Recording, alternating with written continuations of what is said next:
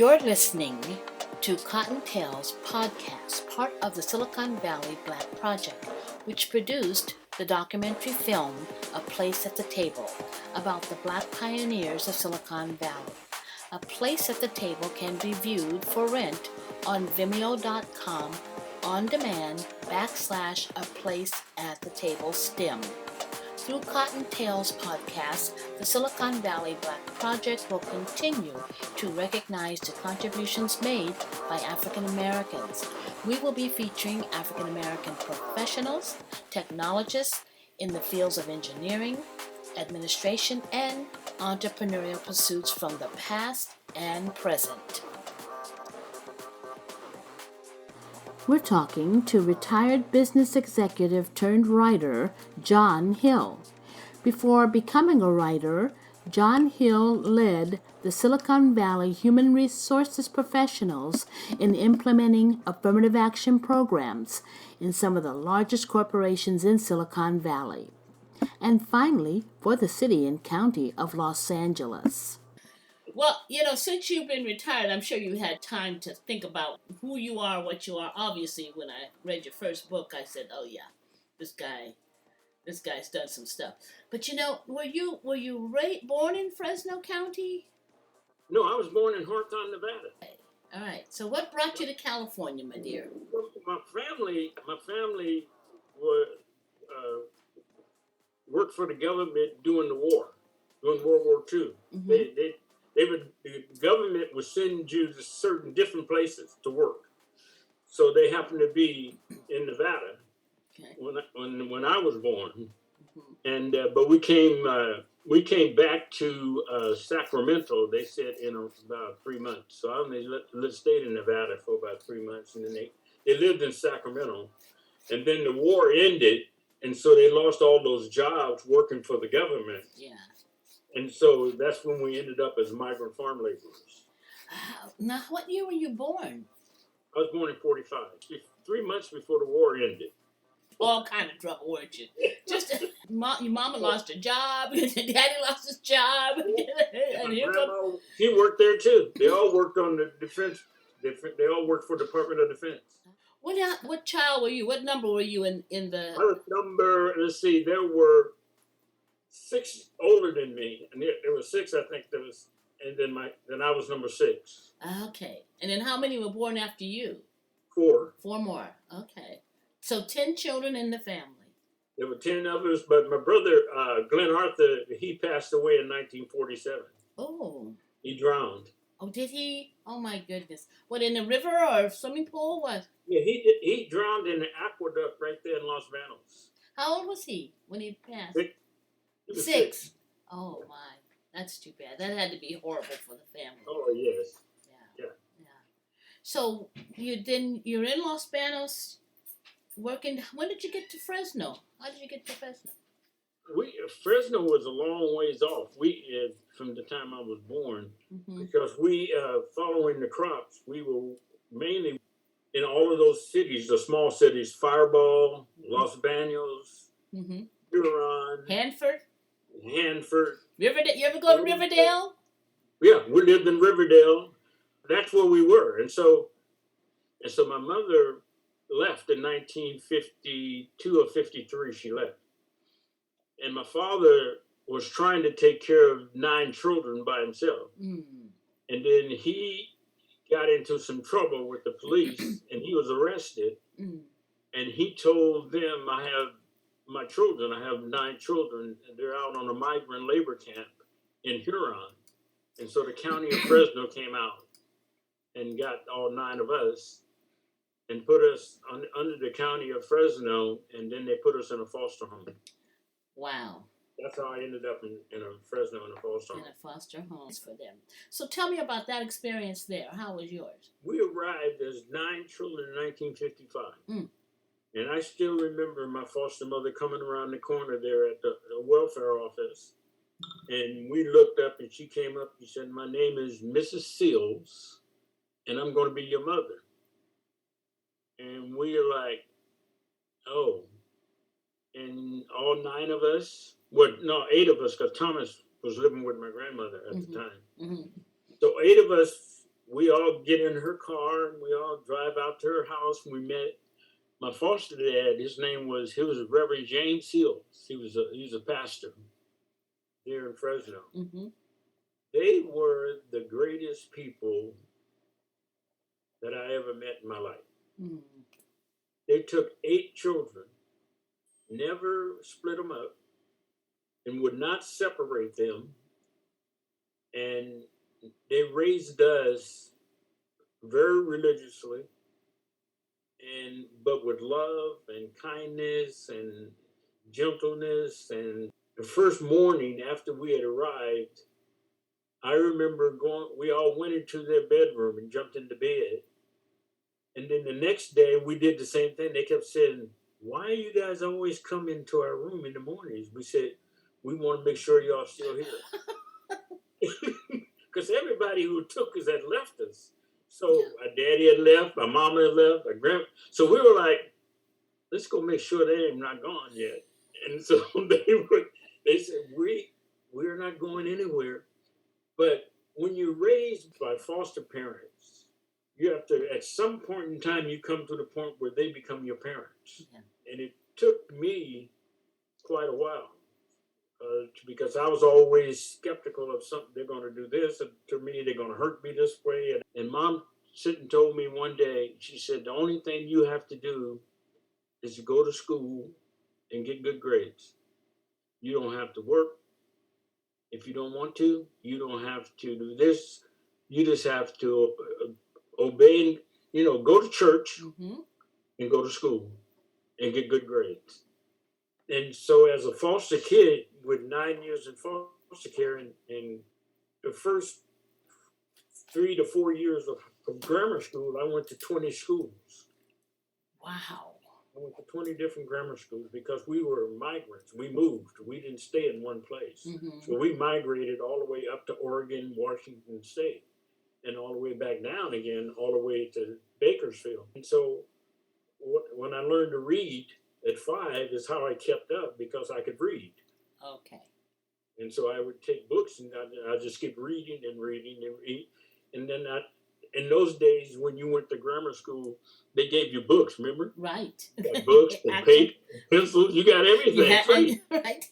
Yeah, you got it. And so I would take all of that and put it in the back of the trunk of the car. Mm-hmm. I had a spot in the trunk of my dad's car, and I put all my stuff there and all my books and papers. And so wherever I went, I was take out my paper and I'd be writing. I didn't know what I was writing, but I was trying to keep up. Yes. That's what people need to be aware of. Some of these little foster kids, some of them come out angry. Yeah. And then some come out extremely motivated. Mm. My brothers came out, some of them came out angry. I came out motivated. When I went to foster care, I said, this is my opportunity. And in Pop Seal's house, they had a whole library. I was like I was in heaven. Absolutely. I sat in the living room in the back of the couch with a book reading, and I read all of their books. I read the Encyclopedia Britannica. I read the Book of Knowledge. I did the National Geographics. I read the Bible 3 times. And so that's where my love of writing came from, was from my love of reading. I didn't look at it as a problem. Yes. This is my opportunity. Mm-hmm. When my foster mother told me all I had to do was to go to school, I didn't have to worry about all this other stuff. Man, Kathy, I went from the 3rd grade through the 12th grade and missed a day of school one day. You have to stay focused. You're not the same as the other little kids who got their parents and got a nice house. That's what I said, okay, I've got to take advantage of every opportunity presented to me, because that opportunity may not come back. And so I sit with my foster parents and I would study and study and study, because I said, if I leave this foster care, I'm not going to repeat a class. So when I was in the 4th grade, I was helping my sister who was in the 8th grade.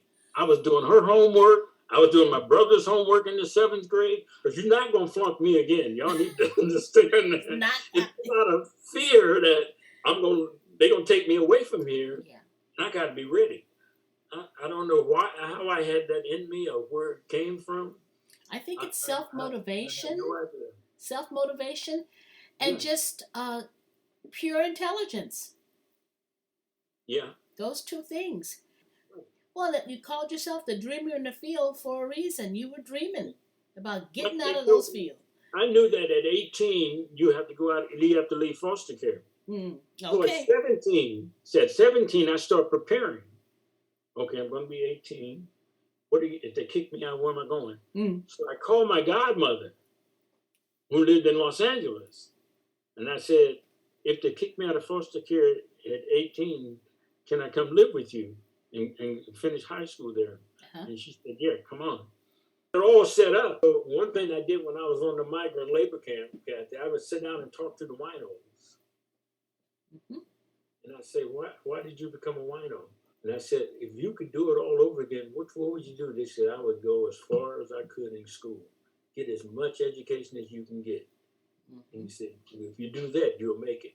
So I learned from these folks. I didn't sit out there and make fun of them. I went over and talked to them.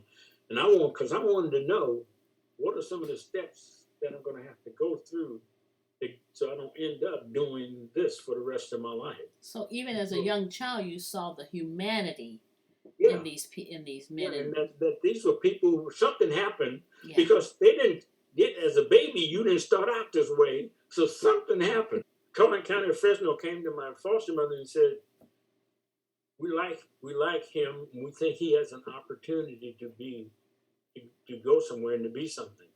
So we're going to pay an extra year for you to keep him till he graduates high school. How wonderful! So the city of Fresno paid my foster parents to take care of me for 1 year until I graduated high school. She said we talked to his teachers, we talked to the principal, and everybody said he's an outstanding student, he's an outstanding young man, and we would like for him to graduate from Central High School. So that's what happened. But I had it set up. See, I wasn't waiting till I said, okay, I know they're gonna kick me out at 18, and I haven't graduated high school because I won't graduate because I repeated to second grade, so I'm not gonna graduate until I'm 19. Right. So I got to figure out what to do. Well, how wonderful that someone within the system was looking and watching and keeping track of you. Right. Well, the fact that you stayed in Fresno County that long gave them a chance to track you, I guess. Right. Okay. And my social worker was a very nice lady, and she told you we need to keep him. Don't kick him out of the system. Let him stay until he graduates. So they had me stay with my foster parents until I graduated. And then you joined the Air Force right out of high school. I was watching TV, and one night when I was a senior in high school, and it said, if you go into the military, for every year you spend in the military, we'll give you a year of college. Bingo! So I said, I need to find a 4-year military. So the Air Force. And so when I went and I joined the Air Force for 4 years to get my 4 years so I could go my GI Bill. When you came back after 4 years of Air Force, you come back to Fresno, or did you come to the Bay Area? I came back to Fresno. I started going to a business college before I started regular college. I went to a business college for 2 years. I got a job working at a company called United Vintners. They were a winemaking business. And they only hired me, I figured out later, because they wanted to pass the government affirmative action contract because they had no black as management. So they hired me as an entry-level manager. Then after they passed, then they fired me. And then my brother-in-law said, I can get you a job in Palo Alto if you come up there. Maddie and I packed up our stuff and went to San Jose, went to live with him in East Palo Alto.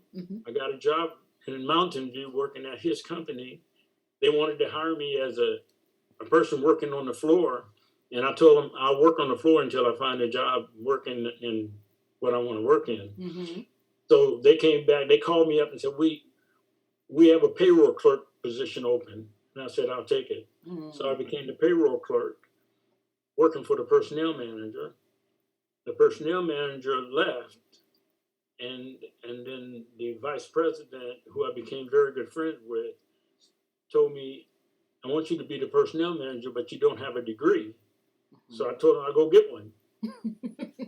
I went to San Jose City, San Jose State, and University of San Francisco, got my degree, and he held that job for me. How many years?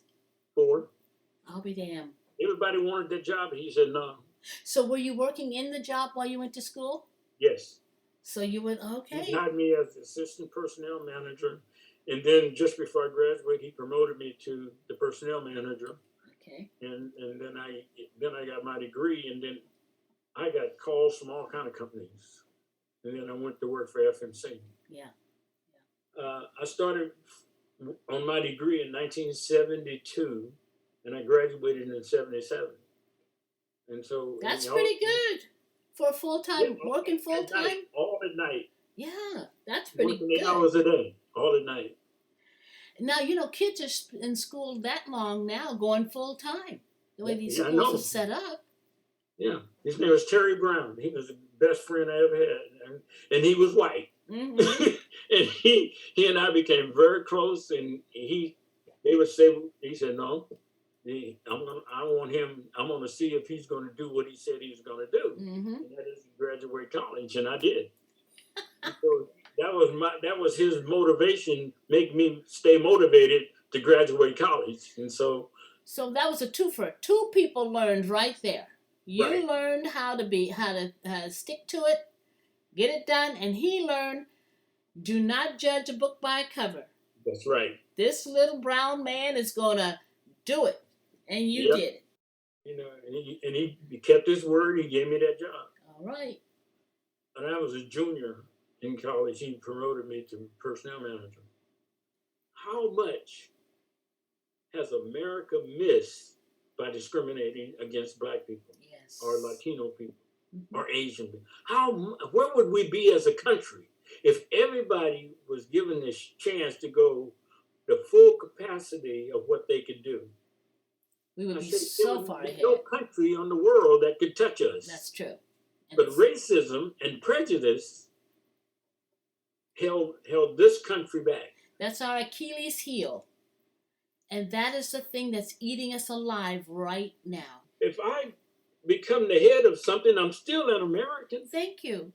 And maybe I earned the right to be there. But when I went into FMC as an affirmative action officer, I worked for the plant manager, but the assistant plant manager put up a huge Confederate flag in his office.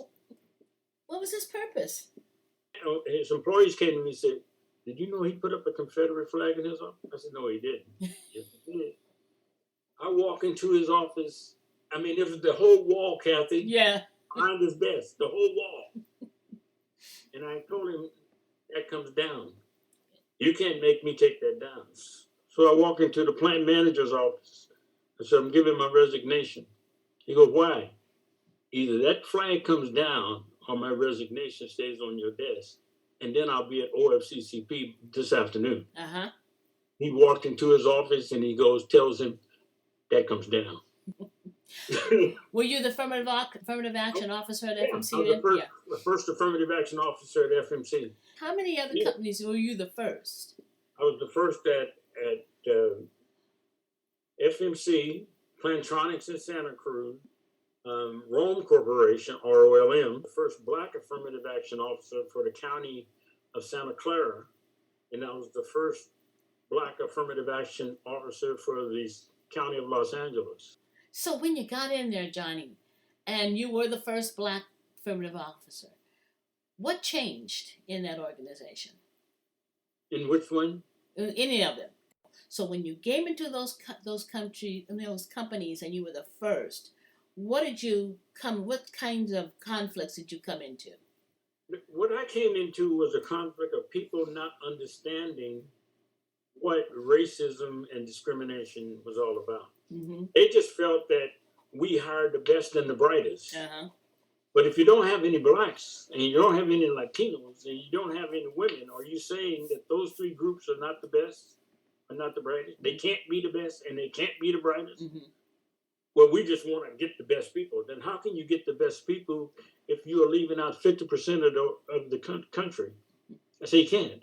50% of Santa Clara County is Black, Hispanics, and women. Right. And you don't have any. And you saying you're getting the best. No, you're not. Mm-hmm. You're getting the best of what you want to recruit. Right. You're not getting the best of what's out there. So now I'm going to bring in women. I'm going to bring in minorities. And I want you to interview them. I'm not telling you that you have to lower your standards, but your standards must be the same that got you the job. I need an entry-level person, and he must have 10 years of experience. I said, why does he have to have 10 years? Because I got 10. What did you have when you first came here? That's how you end up, you start to get the mindset to change. Oh, I see what you're trying to do. Mm-hmm. And you also need to understand that when you and I, Kathy, became affirmative action officers, most companies didn't have job requisitions and job descriptions because they hired through word of mouth. Right. They hired through the neighborhood. Mm-hmm. Blacks didn't live in those neighborhoods. Hispanics didn't live in those neighborhoods. So everybody they brought in was white. And so what we did as affirmative action officers, we changed all of that, all of that criteria.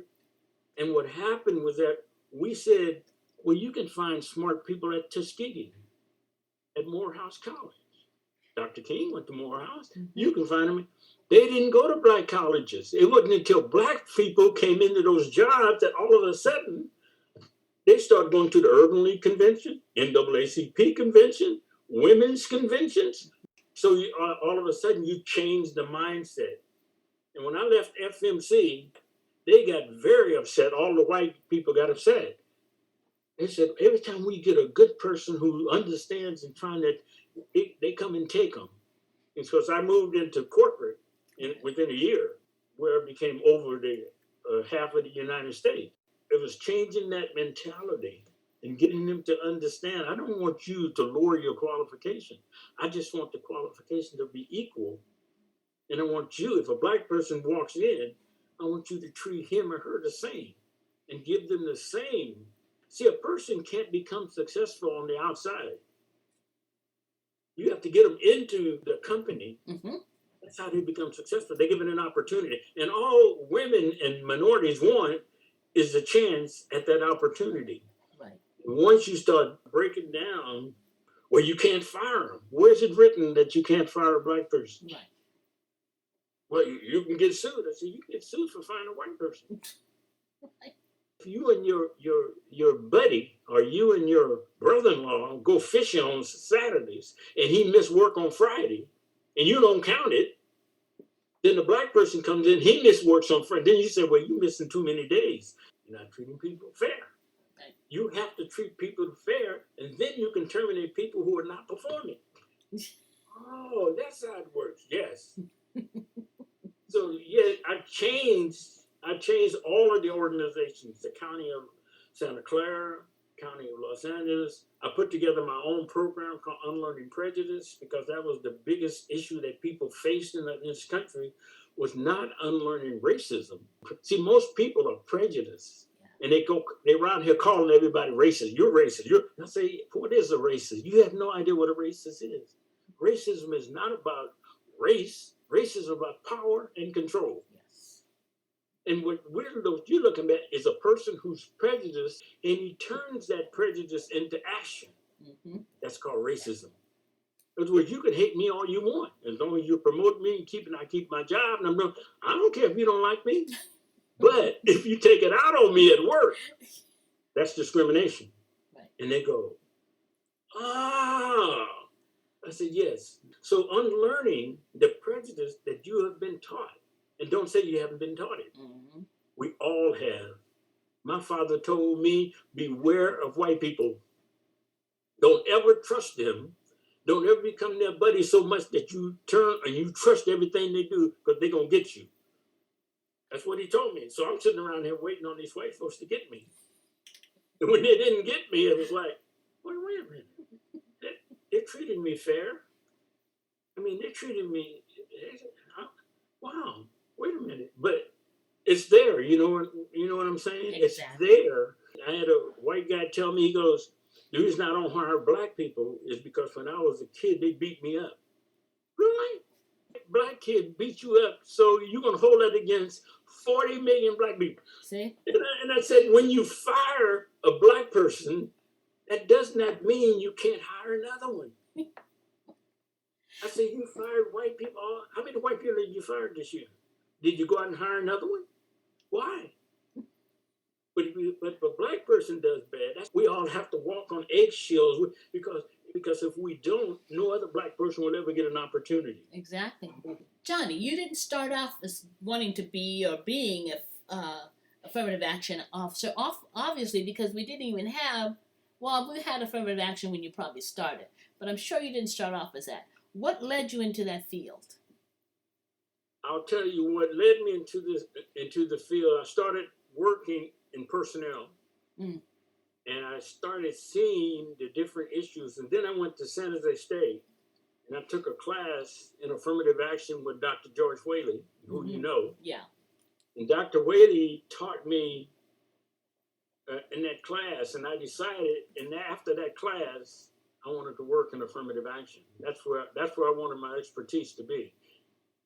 So when I went to, I was working for Aero Development, and talked to Ken Coleman, who we both know, and I said, Ken, they got this job open at FMC for affirmative action officer, and he said, you need to go for that. I got the job there, and then I remember I wanted to leave affirmative action, and Ken told me, he set me down, he said, do not leave something that you have become an expert in. Everybody looks to you as an expert. Take this affirmative action field and you run with it. And you stay right there. Don't go into personnel. That is not your forte. Affirmative action, that's your forte. You stay right there in affirmative action. So I did. Well, I think one of the things he saw was you weren't afraid to step up to power and speak your truth. That's one thing that is needed in a real affirmative action officer. And you're one of the few that was actually using the law to the advantage of both the company and the individuals who were being hired by the company. I mean, I went into the county of Los Angeles, and I told my, you don't even have a letter from the board of supervisors addressing affirmative action. I said, why is that? I said, listen, I'm putting together a letter, and then I'm sending out to every department in the county that this letter will be posted on their boards. And it's going to be signed by the chair of the board. I had a Republican, he signed it. I had another, all the Democrats, of course, signed. I said, because you cannot have affirmative action if you're not behind it. Right. Put that together. I put together a sexual harassment report, and I had them sign that. I sent that out to every single 100,000 employees in the county of Los Angeles got a copy of a sexual harassment policy signed by the board of supervisors. I said, now that's power. They want to know, hey, wait a minute, the board signed this. This is real. Right. So that immediately stopped 90% of the cases of affirmative action in the county. Because once they see that the board signed this, they mean, oh, man, I ain't in trouble. Yeah. I said, so it's not for me. I'm just your affirmative action officer. It has to come from you. Right. And I would do that with every president that I talked to. I said, when I do affirmative action training, you will be in the room. As soon as you walk in the room, I guarantee you I will not have any problem teaching this class. Right. Every department head in the county was in my training. And so the word went out. Man, this guy is serious. That made every manager in the department come to the training. Why? The department head is sitting there. Right. Legitimacy. Thank you. And it was like, oh, man, we got a serious one now. That's right. We can't get out of this stuff. This one is serious. Yeah. But you guys, I had a lot of people with experience. Al Cotton and Ken Coleman. I had all these guys around me, and they would be speaking to me in my head on this is how you handle this situation. Because I get into a situation, I'd call Ken, what do I do here? And he would, you do this, and this. Right. Thank you very much. Right. Al, I got this thing here. What do I do? You do this, this, this, this, this. Thank you very much. Right. And people be wondering, like, where did this guy get this Yeah. information Right. from? One phone call and we had the information we needed. That's correct. And if Yeah. somebody needed something on affirmative action, Ken, tell them, call John Hill. Yeah. And I get on for him. When Ken Coleman told me to call you on what's the issue, and Mhm. I'd go through it. This is what you do. One, Right. Papa was absolutely fantastic for us who coming up, Mhm. and then for us teaching the other young people coming up. So when did you start PABA? You and Ken and Bev and Perry? Yeah, we started Papa in '7. Terry knew Ken Coleman. They met somewhere, but Terry Brown knew Ken Coleman, and he Okay. told me, "You need to meet this guy. His name is Ken Coleman. You need to go have lunch with him and sit down and talk to him." So I went out, so I called him, and we set up a lunch, and I went to meet with him, and he said, "I'm thinking of starting this group, and it's a black personnel group." He said, we had a South Bay, and I said, "I'm in. I'm in it." Mm-hmm. Well, at first it We had a started. guy that worked at International Paper Company, and he quit because we wanted to call it Peninsula Association of Black Personnel Administrators. Oh. And he said his company would not pay for him because the word black was in there. And we said, we can't call it anything else. It'd be just a regular, no. Yeah. So Ken Coleman, myself, Bev, and Carl, we said, we're going to keep the name. Yeah. And none of our managers stopped paying for us to go to those lunches. They all said, we like it. So PAPA, Peninsula Association of Black Personnel Administrators, and everybody, all managers, Ken Coleman would bring his manager, I'd bring Terry Brown. Mm-hmm. They'd all come to our lunches. Right. And there's all these white managers sitting there with their black employees and listen to the things that we talked about and what we had to do. And anytime a black manager came into work, whether it was at Hewlett Packard, FMC, wherever, they told them about PAPA. You need to join this group. Exactly. Exactly. And that's how it took off. Yeah. Two things I was extremely proud of. One was my program, Unlearning Prejudice, yes, was on the president's website during the Clinton administration, and you pulled up the White House about affirmative action and the 10 best programs, training programs. Unlearning Prejudice was on there. It's one of the 10 best in the country. And the second thing is, when apartheid ended in South Africa, I met with a South African delegation on how to put affirmative action into South Africa. They all came to my office. I sat down, I met with them, and I told them how to set up the program for the nation if you were going to do affirmative action in South Africa. And who was there? They came to Supervisor Yvonne Burke at the county, and they said, we'd like to do affirmative action. Can you give us someone to talk to? And she said, yeah, you need to talk to our affirmative action officer, John Hill. And they all came down, and I met with about 10 of them, and they were from Mandela's transition team. And I told them this is how you would set up affirmative action in South Africa. Did you ever get a chance to travel to South Africa to see how things were going? No, I didn't go to. I went to South Africa, but I never found out. I never went and talked to them about how they did it. Yeah. Or what did they do over there in South Africa. But I was keeping in touch with one of the people there. He would write back and he said, we are not sure how we're going to do this because there's still some big issues of how to do it here in this country. Yeah. Similar to what they've done in the United States. But, yeah. You know, I ran up, as you have too, against a large number of black people who said I didn't need affirmative action, and affirmative action hadn't done nothing for me. And right. blah, blah. You know, I was at USC as a visiting professor at USC, and this black kid told me that, well, you need to understand, I don't want my job because of affirmative action. I said, how do you want your job? I wanted my job being the best qualified. I said that in America, you will never get a job.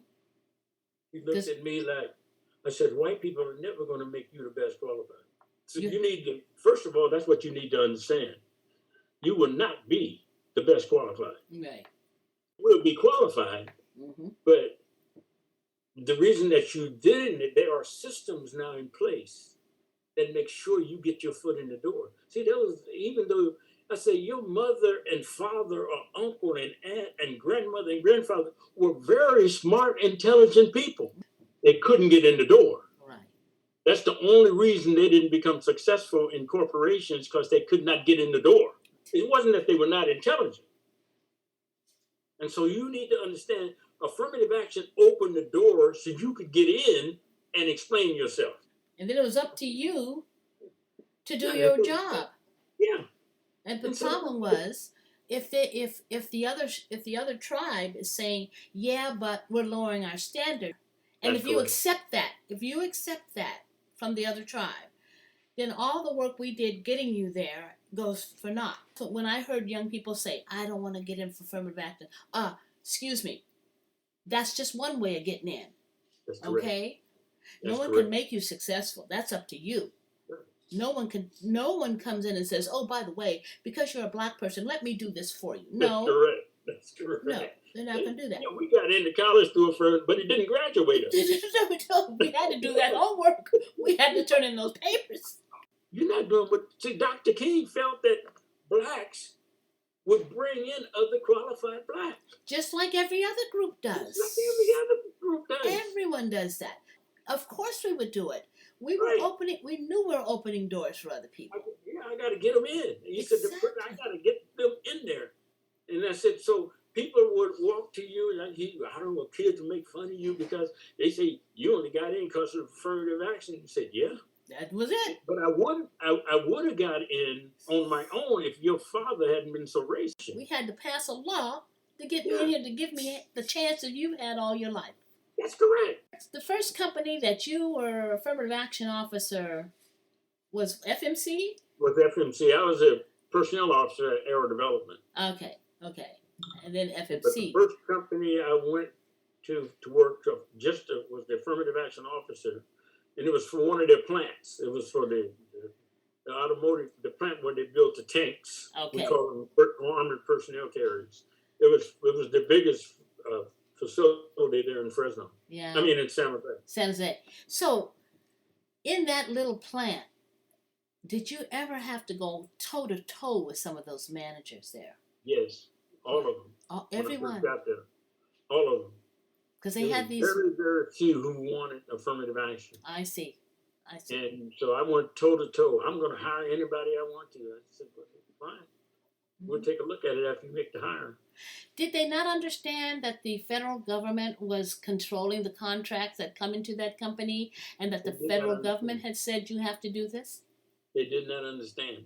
I see. Government should not be telling us what to do. I said, Okay. don't take their money. And stop taking the government's money and see how many of you guys get laid off tomorrow. Exactly. And they said, then it started to sink in like, well, wait a minute. There was no women hardly working in that facility, or they were working late shifts. Mm-hmm. And very few blacks worked there at the time. Mm-hmm. Because, there weren't very many blacks in San Jose to begin with. No, there weren't. Yeah. Right. And so, but there was a lot of Latinos. Yeah. Who worked in San Jose. And so so the big thing was getting them to understand what we're trying to build here, and when it comes to how people are to be treated in the workplace. That was the big thing. And so once I got them to understand that, and then I started training them on the different aspects of what racism is, prejudice, and discrimination, and all of that kind of stuff. Yeah. Because a lot of them would tell me, well, we had integration in the military, and I learned to work with blacks. I said, then why is it that there's none here working? Yeah. You're none qualified in the whole city of San Jose or the county of Santa Clara. You can't find one black man that's qualified to work here. So you have to have your life on the line before you can even tolerate a black person being in the room with you. That's interesting. I said, so, I understand about the military, but when I'm worried about those of you who got out. Yeah. And went back to your old ways. Exactly. Well, all those military contracts, that was one of the saving graces of the Bay Area, is that at first the big companies were working for the military, so they had to follow the guidelines. I had a manager at FMC who was just fantastic. My boss was, I always remember him. His last name was Quillisi. He supported me 150%. He let people know right up front I support him, and that's it. And I remember I was sitting in the management meeting, my first one, and somebody walked in, and I was sitting there and go, "Why are you here?" He's the plant manager, and he goes, "He's on my staff. I invited him. He's supposed to be here. He's a manager." Yes.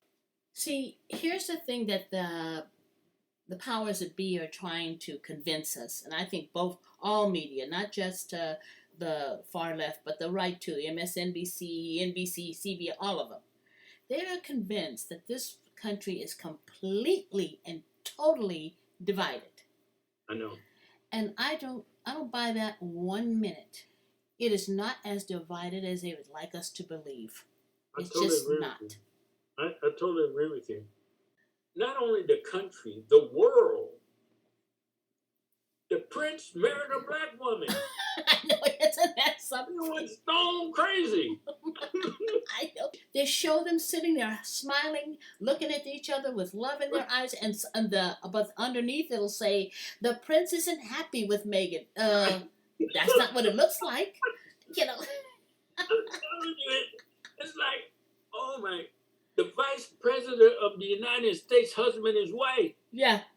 And she's black. Right. And they're looking at this like, oh, the world has moved beyond you. And you're still standing back here in 1860. Right. Trying to bring it all back. Bring it back. You wanted to go back that way. Right. And I remember going into those cities that I went into in the South, and in Florida, where the Klan tried to run me out in '78, and because they didn't want any blacks to get promoted. And I walked in there, and it was like, "Well, you don't understand." I said, "No, you don't understand. I come from the corporate office, and I'm going to tell you something. We're going to promote women, and we're going to promote blacks. We're going to promote Latinos. And if any of you have a problem with that, we will give you a check this evening. Right, right. And you can go tell your wife or your spouse, I got fired because I'm racist. Right. I don't want to work with no black people, and I don't want to work with and see what your wife tells you." And so you need to understand, this is not your company. Yeah. This is our company, all of us. And we're going to integrate it, and we're going to promote the best and the brightest that we have. Right. And if you have a problem with that, you can't work for us. Right. I'm quite sure here in Lakeland, Florida, there's some white company that will give you a good job and with that attitude. And I said, have a good life. Right. And when I made that statement that at 5 o'clock, nobody showed up with the wanting their check. Is that right? They changed their mind on that subject, didn't they? Right. All of a sudden, I come back the next day and there was no Klan signs. Nothing. No Klan signs in the parking lot. Right. And there's people lined up outside this door wanting to work for FMC. It was the biggest employer in that little town. Everybody wanted to work there. Okay. Yeah. I said, we got people lined up ready to come in here to take your job. So, think about it. You can't abide by our rules. So when you started off in the affirmative action, did you have a goal of changing just your environment or changing the whole industry? My goal was to change the country of the United States. Okay. Big dreams. I wanted to. I hate, and even to this day, I hate racism. I hate prejudice. I hate discrimination. I hate sexism. I hate it. And I don't think it has any place in the American society. Right. Tell me this. When you got the job with Yvonne Braithwaite, is that how you pronounce your name? And came to the county of Los Angeles, did you see anything there that really shook you up? I saw a separate country inside of a state. Wow. The city of Los Angeles is one of the most prejudiced cities in the United States. Blacks live on the south side, whites live on the west side. Latinos live on the east side, because everybody, and then you had an Armenian group who said, we don't want anyone servicing us but Armenians. But you had that mentality. Germans, we don't want nobody serving us but Germans. Asians, we don't want nobody servicing us but Asians. Wait a minute. Mm. And so you not only do you have to deal with a workforce, but you have to deal with accounting. Which has that mentality of thinking that this is our side of town, and we don't want nobody else over here. It was in the black communities. We're not getting anything. They don't do nothing for us. I said, then what are you doing for yourself? Hello.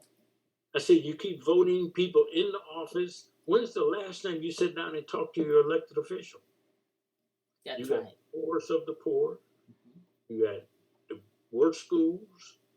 And why? Right. And I said, it's because of a tax base.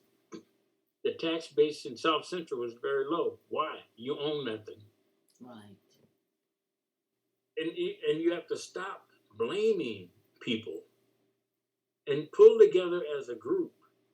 I wanted to run for supervisor, but then I said, I'm not going to run because I'm ahead of my time. These people don't understand me. The churches were powerful in Los Angeles. Yes, there you go. Extremely powerful in the black community. If the minister didn't say, do this, it probably wasn't going to be done. That's what it is.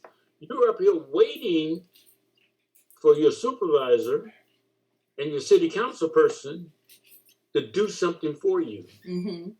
But then when they do go to them and they tell them and they get a negative, they go back and say, oh, it's not going to work. Go back and sit down. Uh-huh. And then the other ones will say what? I told you. But see, what they should be saying is, we got the wrong guy in place. Gang control the other part of it. Wow. I talked to a group of gang members and they said, well, you need to understand this is our territory. I said, really? I said, so what do you own that you control? You control nothing. Nothing. It's all a mentality that you control this. You control nothing here. That you're killing each other. You're killing some of our best and brightest minds. You're just wiping them out. Mm-hmm. And the ones you're not wiping out, they're going to prison for life. That's right. So his children don't even have to compete against you. That's right. That's right. Dealing with your local community. When they're not performing, do not have a problem with voting another one in. Right. Get the right people at the beginning. I said, when you guys start perking up, owning stuff, building businesses, then watch. So, my dear, on that note, since we have solved all of the problems of the world. Yes, we always do. I can tell the people about my 3 books now. Oh, don't you? Oh, that's right.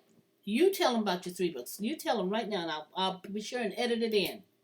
Okay, the first book I wrote when I started writing again was called Dreamer in the Fields. Okay. And it was my life as a migrant farm worker kid from the time I was 5 and up until the time I left the fields at the age of 10 when I went into foster care. But I still worked out in the fields in foster care. I worked on a farm. Mm-hmm. But I didn't have to, but I just wanted to do it. Yeah. And then it talks about going through high school and grammar school. And the first time I was called the N-word, and then a teacher upheld that. And that's the first time I faced racism that kind of way. Then it goes through all the things that happened up until I graduated from high school and graduated from college and went into the military. Then the second book I wrote was called The Sermon at the Coliseum. Mm-hmm. And I was always a religious person, but I wasn't religious in the way that a lot of people are. And I used to argue with my dad, my foster dad, who was also a minister, because I didn't understand a lot of stuff in the church. I didn't understand why it seemed to be all black people in black churches were poor. I never could get over that. It used to really bother me that we all were poor and nobody was doing anything about it, and we were all so religious. Right? And so I also was of this understanding that I would always say, I don't believe that Jesus would not come back to this planet in some kind of way to check on things or to see things. And so that's what the sermon at the Colosseum is about. It's a spiritual figure who comes back to the planet. So throughout the book, he does certain things. He heals this young man. Yeah, but the best part I like is that he goes into East Los Angeles, which I've never seen books on Christ going in East Los Angeles. Then he goes into the Black community, and he sits down and he talks to Black people, and he tells them. And they said, well, Jesus, you did it. God never did anything against slavery, and he let these people get off. And the guy goes, did he let them get off? Do you remember a civil war that killed 700,000 of them? He could have just said, okay, Emancipation Proclamation, and move on. He said, no, the Emancipation Proclamation is not enough. I want to do a sermon at the Colosseum for the whole world to listen to. And then my sisters always look at me like, how do you make up this stuff? Where does this stuff come from in your head? I said, I don't know. In the third book is The House at 1806 North Canyon Drive. It's a story about a woman who grew up in Louisiana, and she's Creole, and her family had come in from France. They'd never been slaves because they were Creole, so they didn't make them slaves. But the family became very successful and very rich. And so this young lady marries into that family. But her mother is people knew her mother practiced voodoo. And her mother would put spells on people she didn't like. And so so the mother was okay with the daughter marrying into this family. But she tells the daughter, I have given you the powers to control him if he tries to get out of line. And that's what that book is about. And I am not going to tell you the ending. Oh, I know the ending because I read the book. Yeah, okay. And so you see, you saw what happened. Yes, I did. Well, we won't let anyone know. They have to go find it. But I've got to get that book on the Colosseum. I got to get that one. That was the one I hadn't read. I read the first one and the third one. Oh, okay. Yeah. So that's the way I write. I mean, I don't. Things come into my head sometimes in the middle of the night, and I get up and write them down. And God sends me messages sometime when I'm driving, and I have to. But that's what my writing is about. And so I just come up with these stories and. Very organic. But I had a friend who also read the 1806, and she said, I thought I had it figured out. She said, you can completely fool me because I had it right. I had it. I said, okay. Down. What's going to happen? Wrong. Well, you did a good job, buddy. You did a good job. It was a nice little ride there. Yeah. So I got to get the Coliseum. All right, kid. Well, I'm going to let you off the hook. So thank you, Johnny, for cooperating and supporting me in my little project. Thank you, John, for sharing your life with us and being an example for us. Those that say I can't do it all will realize that you can do it all, just one thing at a time. Mr. Hill has written an autobiography and 2 books of fiction, Dreamer in the Fields and The Sermon in the Coliseum. Both can be purchased on Amazon. Mr. Hill has started on his 4th book. We wish you all the best in your next publication. Thank you, Johnny, and thank you for listening.